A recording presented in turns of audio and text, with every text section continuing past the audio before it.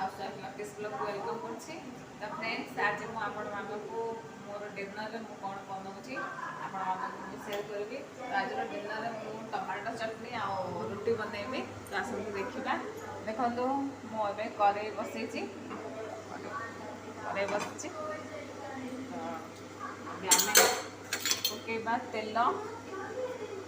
मोर करेई गरम हे सालानी।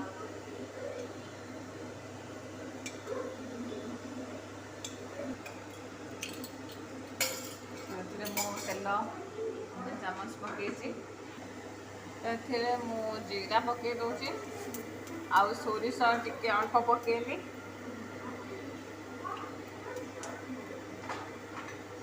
तापर एटा फुटीज फुटीगला मोर आप मुझे पियाज पकईदेवी। पियाज मु दीटा काटी पियाज टी अधिक देले टेस्ट टी बढ़।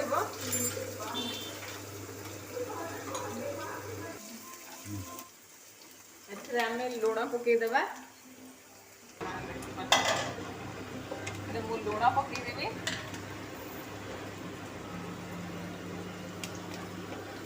तो लुण पकईले जल्दी मिलଯିव।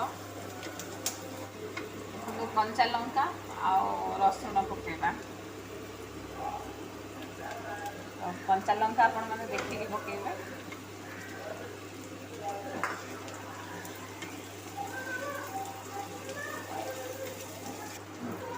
देखो हल्का कस्तूरी मेथी आउ मेसुंडा पत्र कड़ी पत्ता जोड़ा भी आमर एपटे साइड रे कहते मेसुंडा पत्र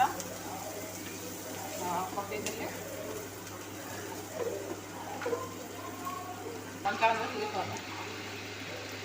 तो आप मैंने माने इटा पूरा गोल्डन ब्राउन करेंगे टी कच्चा कच्चा कच्चा थी सीझी गला आम हलदी पकईदेवा। मर्च गुंड देखिए मु अल्प पकाऊँगी पिला मैंने खाइबे पकईदेली।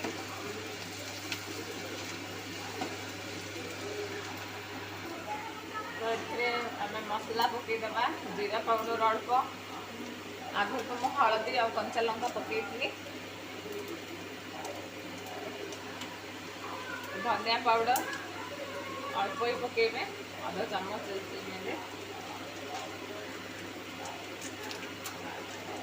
मसला टी पकई दूसरी।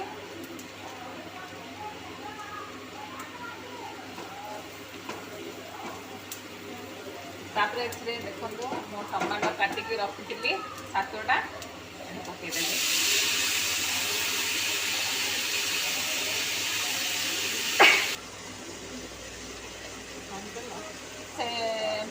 फास्ट मु पियाज देखी लुण पकई।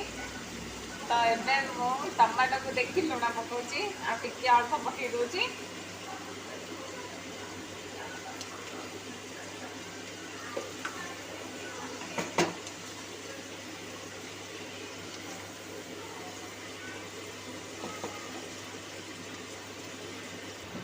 अल्प परिमाण चीनी पकईबे माने जो खटाटा टिके मारिया को अल्प माने आम मसला राग लुणी करुचे अल्प जमी तरकारी आम टे अल्प चीनी एड करचे सेमती अल्प चीनी एड करवा।